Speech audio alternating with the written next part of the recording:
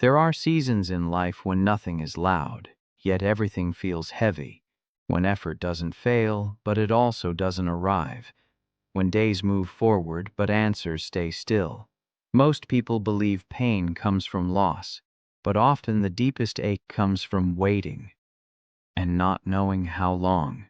This is a story about patience, not the kind that smiles through pain, but the kind that quietly survives it. In a small, unremarkable town, there lived a man named Aaron. No one would have called his life tragic. No one would have called it successful either. He was simply waiting for progress, for clarity, for life to finally respond. And without realizing it, that waiting was shaping him in ways he never expected. This story isn't about how to wait faster. It's about how patience becomes strength and how hope is reborn when you stop fighting time. Aaron woke each morning before the town fully remembered itself. The streets outside his window were always empty at that hour. No cars, no voices, only the pale stretch of road and the soft hum of distance. It was the kind of silence that didn't feel peaceful. It felt unfinished. His days followed a steady rhythm: wake, work, return, repeat. He showed up on time. He did what was asked, sometimes more. From the outside, his life looked stable, almost admirable in its consistency, but inside, something was always leaning forward. Aaron believed patience was about endurance. You wait, you tolerate, you push through, you hold your breath and tell yourself, one more day. That belief shaped everything he did. He had been patient for years, patient with his work, patient with his goals, patient with life's refusal to open the next door. He never complained, not out loud at least. He believed silence was strength and discipline was proof of worth. Yet each night when the lights went off and the world stopped asking things of him, the wanting surfaced. It wasn't greed, it wasn't envy. It was a quiet question that never left him alone. When does effort become enough? Aaron didn't dream wildly. He didn't ask for miracles. He only wanted movement, some sign that the waiting had meaning. The town he lived in was small, the kind of place where people learned early how to stay. Most lives there unfolded slowly and predictably, like seasons that never surprised anyone. Aaron told himself he liked that. Stability, he believed, was the reward for patience. Still, whenever he saw the same faces at the same corners, whenever conversations repeated themselves year after year, a pressure built in his chest. Not panic, not anger, just weight. He watched others move forward in ways he couldn't explain. Promotions, relationships, new beginnings. He clapped for them. He smiled. He meant it. But later, alone, he wondered what invisible rule he was failing to follow. Aaron worked harder after that, not because he loved the work, but because discipline gave him a sense of control. If he couldn't choose the timing of his life, at least he could choose how prepared he was when it finally arrived. He told himself waiting was noble. He told himself patience was proof of character. What he didn't realize, what he couldn't yet see, was that patience without peace slowly turns into self-abandonment. Each day he waited with his eyes on the future, and with every step forward, he left a little more of the present behind. This was the beginning of his journey. Not the moment everything broke, but the moment the weight became noticeable. The wanting hadn't ruined him yet, but it was teaching him something quietly, that waiting, when misunderstood, can feel like standing still in a world that keeps moving. And Aaron was standing very still. Aaron learned to measure his days in effort rather than outcome. If nothing changed, at least he could say he had shown up. He adjusted his routines with quiet precision. Earlier mornings, longer hours, fewer distractions. He treated discipline like a language, one he spoke fluently even when no one was listening. At first it worked, not in grand ways but in small, reassuring ones. A task completed faster than before, a skill sharpened just enough to be noticed, a nod of approval from someone who rarely gave one. These moments felt like proof. They whispered, "You're getting closer." Aaron held on to those whispers tightly. He told himself that patience meant trusting the process, that life was a long road and roads didn't reveal their destinations all at once. You walk, you stay steady, you don't rush what takes time. There was comfort in that idea. Each small win gave him a reason to keep going, a reason to believe that waiting wasn't passive, that it was active, disciplined, earned. He began to imagine a future version of himself looking back with gratitude, saying, "I'm glad I didn't quit." But beneath the progress, something else grew: restlessness. It arrived quietly, disguised as ambition. A subtle tension in his chest when praise felt too small. A lingering dissatisfaction, even on good days. Aaron didn't question it. He assumed it was normal. After all, wanting more was what kept people moving forward. Yet the more disciplined he became, the more he noticed time itself becoming heavier. Weeks felt longer. Months stretched thin. The finish line he imagined never seemed closer.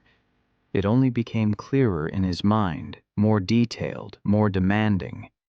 He began to believe that patience was something you did in order to arrive, that peace came later, that fulfillment was a reward waiting at the end of endurance. So he postponed rest, postponed joy, postponed stillness. "I'll feel calm when I get there," he told himself, wherever there was. When people asked how he was doing, he answered honestly but briefly, "Making progress," he said. And it wasn't a lie. But progress without presence has a cost. Aaron started to miss moments he couldn't get back. Evenings blurred into mornings. Conversations passed without landing. He was building something, yes, but he wasn't living inside it. Still, hope stayed alive. Not because life had rewarded him, but because discipline gave him structure, and structure felt like safety. As long as he was moving, he didn't have to face the fear that maybe waiting wasn't leading him anywhere specific at all. He believed the road would eventually explain itself. That time would justify the patience he had given it. What Aaron didn't yet understand was this: small wins can keep you walking for years, even when you're quietly walking past yourself. And the longer the road stretched on, the more that quiet truth waited for its moment. Aaron had marked the day in his mind long before it arrived. Not on a calendar, but in expectation. This was the moment everything was supposed to shift, the point where patience would finally reveal its purpose. He had prepared for it carefully, steadily, believing that effort, when given enough time, eventually becomes undeniable. For a while, it seemed that way. There were signs, subtle encouragements, conversations that hinted at possibility. Nothing promised, but enough to let hope breathe. Aaron stayed calm. He told himself not to rush the feeling. He had learned restraint, or so he thought. Then the answer came. Not dramatic, not cruel, just quiet. An email. A brief conversation. A few words spoken with polite distance. The opportunity wasn't happening. Not now. Maybe later. No explanation that made sense. No mistake he could correct. Time had said no. Aaron read the message more than once, searching for hidden meaning. He didn't find anger there. He found something worse: finality. It wasn't rejection that hurt the most. It was the absence of reason. If he had failed, he could improve. If he had rushed, he could slow down. But there was nothing to adjust, nothing to fix.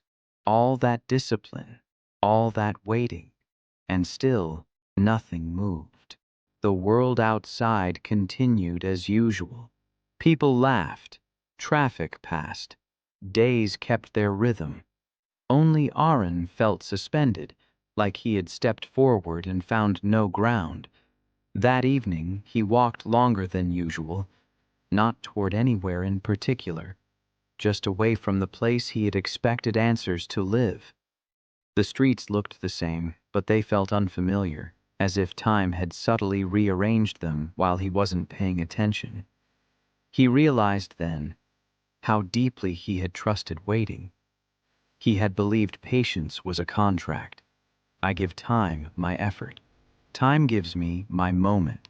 But time, it turned out, didn't negotiate. That night, doubt crept in. Not loud, not panicked, but persistent.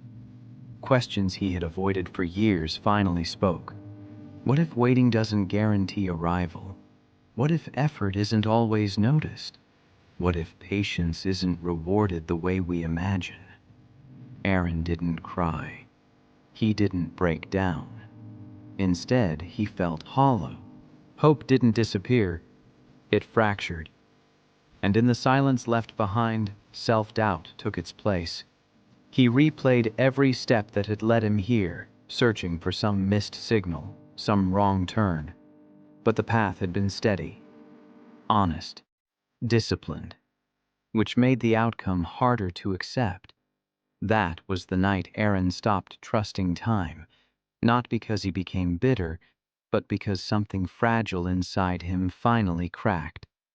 Patience no longer felt like strength, it felt like exposure, and in that quiet fracture the fall truly began. After the answer arrived, time didn't slow down. It sped up, leaving Aaron behind. Days blurred together, not because they were busy, but because they were repetitive in a way that no longer made sense. He continued his routines out of habit, not belief. The same discipline, the same structure. Only now it felt hollow, like repeating words from a language that had lost its meaning. Aaron told himself he was fine, that this was temporary, that patience simply needed to be reapplied. But patience, once cracked, doesn't return to its original shape. His mind became a place he avoided during the day and couldn't escape at night. He replayed conversations, decisions, moments of hope that now felt naive. He searched for the exact point where things went wrong, as if identifying it could rewind time. This wasn't reflection. It was fixation. He clung to the past because it still felt alive there. In memory, the future hadn't failed him yet. Aaron began measuring his worth against an outcome that no longer existed. Each morning felt like standing in front of a closed door, hand still raised, waiting for it to open, long after the knocking had stopped. The waiting turned inward. Where patience once faced forward, now it faced backward. He waited for regret to soften, waited for disappointment to lose its edge, waited for himself to feel normal again. But healing doesn't respond to pressure. Friends noticed the change. They spoke gently, cautiously, as if he were made of something fragile. Aaron smiled and assured them he was just tired. He didn't know how to explain the truth, that he wasn't exhausted from effort, but from holding on. Letting go felt like betrayal of the time he had invested, of the discipline he had practiced, of the version of himself that believed waiting would be enough. So he held tighter. He revisited old goals with new urgency, trying to resurrect them through force. He worked harder, not wiser, longer hours, less rest, more isolation, as if intensity could undo reality. But the more he tried to reclaim what was lost, the further away it felt. Aaron didn't realize he had stopped living in the present. His body was there, but his attention was anchored to a version of life that had already moved on without him. Patience had quietly turned into punishment. He punished himself for hoping, for trusting, for believing the road would eventually reward him. And in doing so, he trapped himself between what was gone and what refused to arrive. This was the most dangerous kind of waiting. Not the waiting for something new, but the waiting for the past to change its mind. And the longer Aaron held on, the heavier everything became. Eventually, even effort grew tired. Aaron didn't decide to withdraw from the world. It happened slowly, so quietly that by the time he noticed, isolation already felt normal. He stopped reaching out, stopped explaining, stopped expecting anyone to understand what he himself couldn't name. The days lost their edges. Morning and evening blurred into the same muted tone. He still woke up on time, still completed what was necessary, but nothing reached him anymore. Not disappointment, not hope, just silence. This wasn't sadness. Sadness still asks to be felt. This was emptiness. The absence that remains when the mind gives up trying to make sense of pain. Aaron spent more time alone than he ever had before. Not because he wanted solitude, but because conversation felt heavy. Every question sounded like expectation. Every answer required energy he no longer had. At night, he lay awake without thoughts racing. There were no arguments in his head, no plans to fix things, only a quiet awareness that something inside him had gone still. He wondered if this was what patience eventually led to, not peace, but numbness. If waiting too long could drain meaning from effort itself. The world outside continued without him. Seasons changed, people moved forward. Time kept its distance, indifferent and steady. Aaron felt invisible to it all. There were moments when he considered giving up entirely, not dramatically, not in despair, but in resignation. The kind that whispers, maybe this is just how life is. No big turning point, no breakthrough, just acceptance of emptiness. And yet somewhere beneath that silence, something remained. Not hope, not ambition, awareness. A small, quiet noticing that this wasn't living. That whatever patience was meant to teach him, it couldn't be this. He didn't know what came next, but he sensed that staying here would slowly erase him.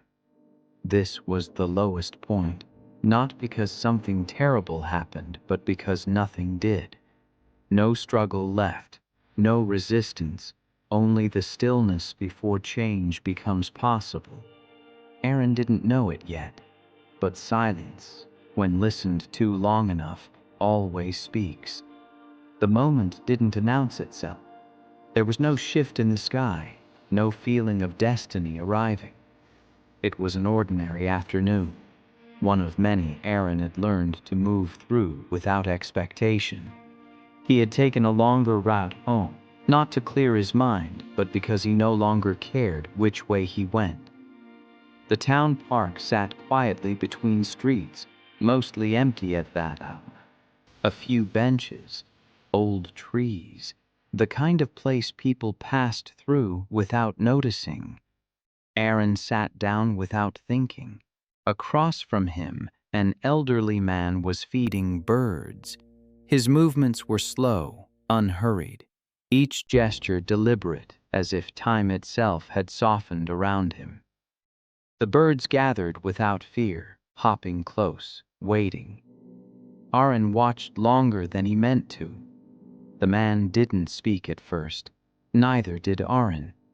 The silence between them felt different from the silence Aaron carried, lighter, less demanding.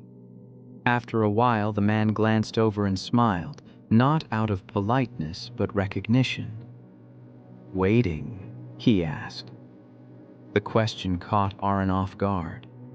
Not because it was invasive, but because it was accurate.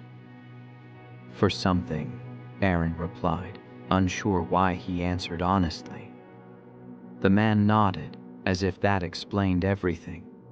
He tossed another handful of crumbs to the ground and watched the birds scatter and return. "I used to think waiting was about patience," the man said. "Turns out it's about trust." Aaron didn't respond. He didn't need to. The words settled gently, without pressure. The man continued, almost to himself. "When you trust time, you don't fight it. When you don't trust it, every day feels heavy." Aaron felt something loosen in his chest. Not relief, just recognition. "What if nothing comes?" Aaron asked quietly. It was the question he had been carrying for months. The man smiled again, this time softer. "Then something already has," he said. Aaron frowned slightly. The man stood, brushing crumbs from his hands. "If you're still here," he added, "you're already in the middle of it." He nodded once and walked away, leaving Aaron alone with the birds and the silence.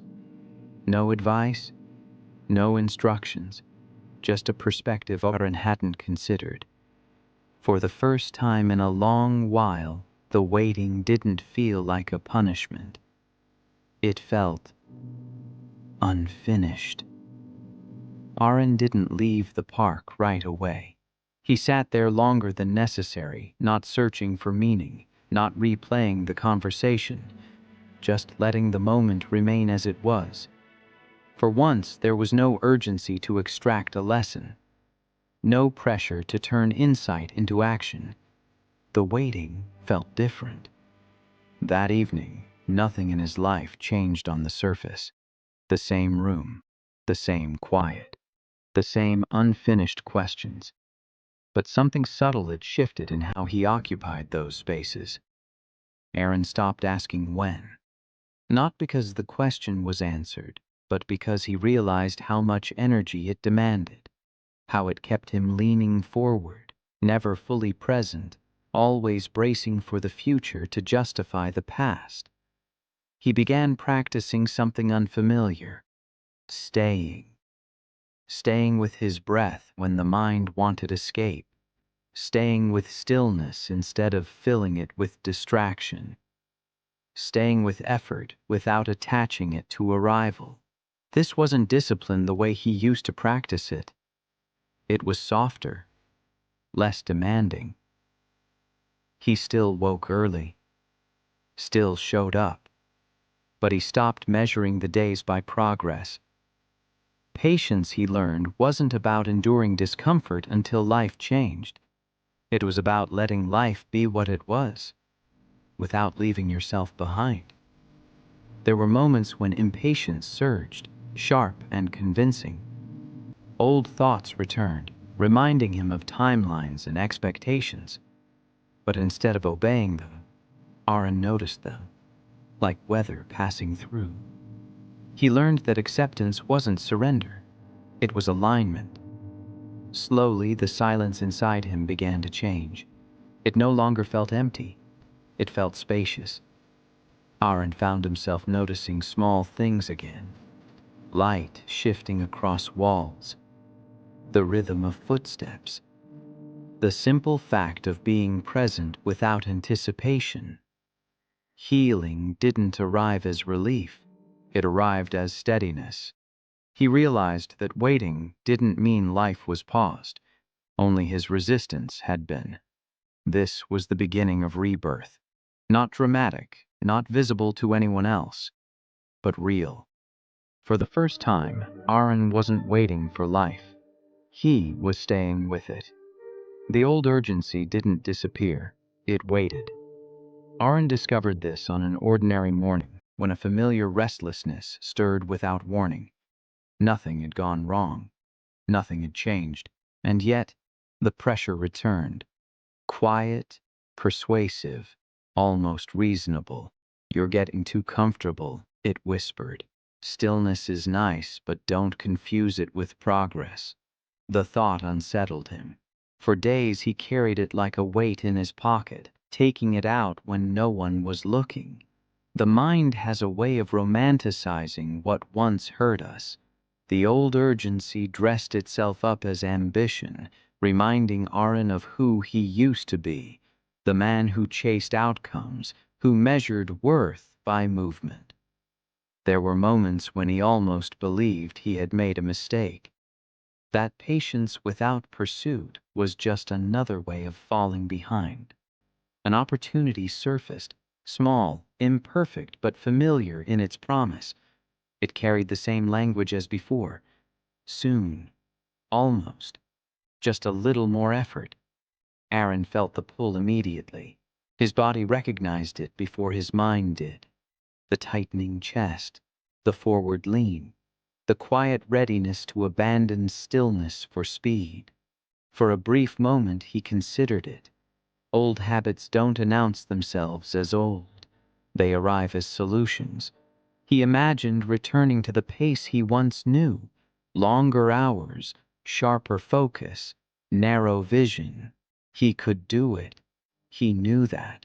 Discipline had never been his weakness. But something stopped him. Not fear, not doubt. Awareness. He noticed how the urgency felt. Not energizing, but desperate. How it demanded sacrifice without asking whether the cost was worth it. He realized that before, he had mistaken pressure for purpose. This time he paused. Aaron didn't reject the opportunity immediately. He sat with it.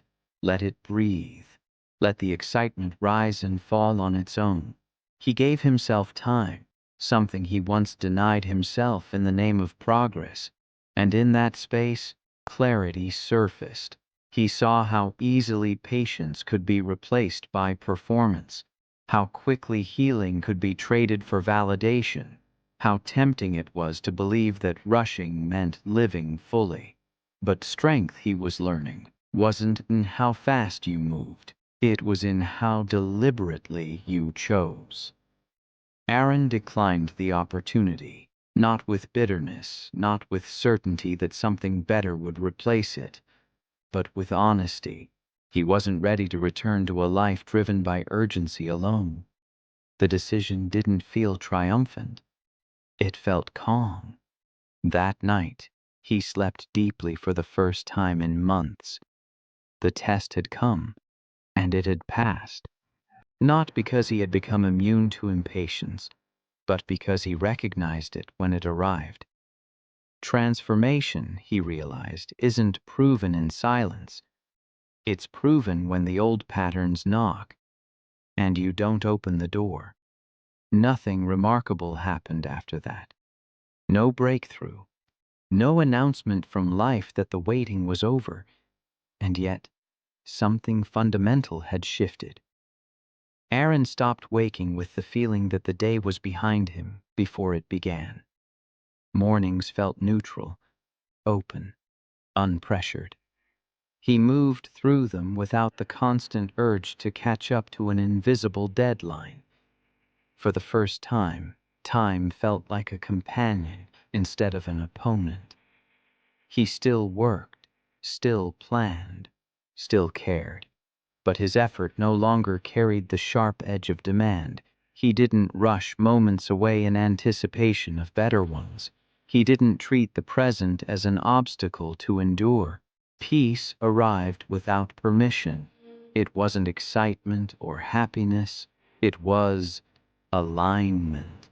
Aaron realized that for years he had tied purpose to outcome, to arrival, to proof that patience had been worth it. But purpose, it turned out, could exist without conclusion. He found meaning in showing up without expectation, in choosing consistency without self-erasure. in allowing life to unfold without gripping it too tightly. The waiting was still there, but it was spacious now, not heavy, not personal. He noticed that he laughed more easily. That silence no longer felt like absence. That rest didn't require justification. People around him sensed the change, even if they couldn't name it. Conversations felt less strained. His presence felt grounded, steady. Aaron didn't claim to have mastered patience. He simply stopped fighting it. He understood now that waiting wasn't a punishment or a test of worth. It was a season, one that could be lived fully or resisted endlessly.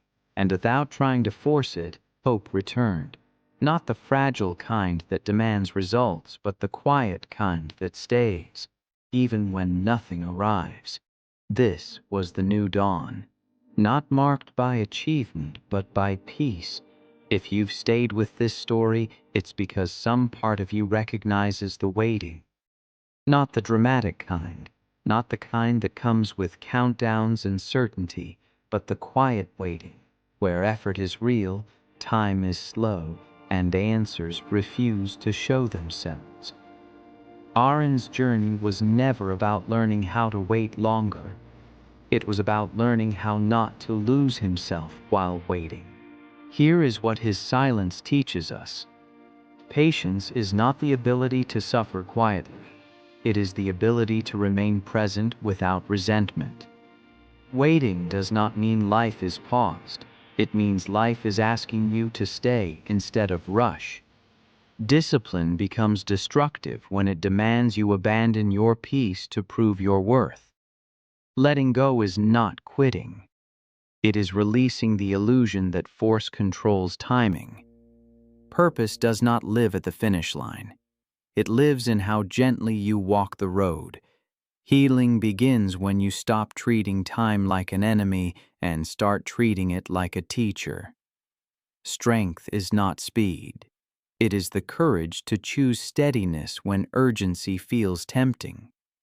If you are waiting right now for clarity, for progress, for something to finally arrive, know this. You're not behind. You are not forgotten. You are not failing because life is quiet. Some seasons are not meant to reward you. They are meant to reshape you. And one day you won't look back and say, I survived the waiting. You'll say, that's where I learned how to stay. If this story gave you peace, share it with someone who is tired of rushing. And if you want more stories like this, calm, honest, and deeply human, you know where to find them. Until then, breathe. Stay. Time is already working.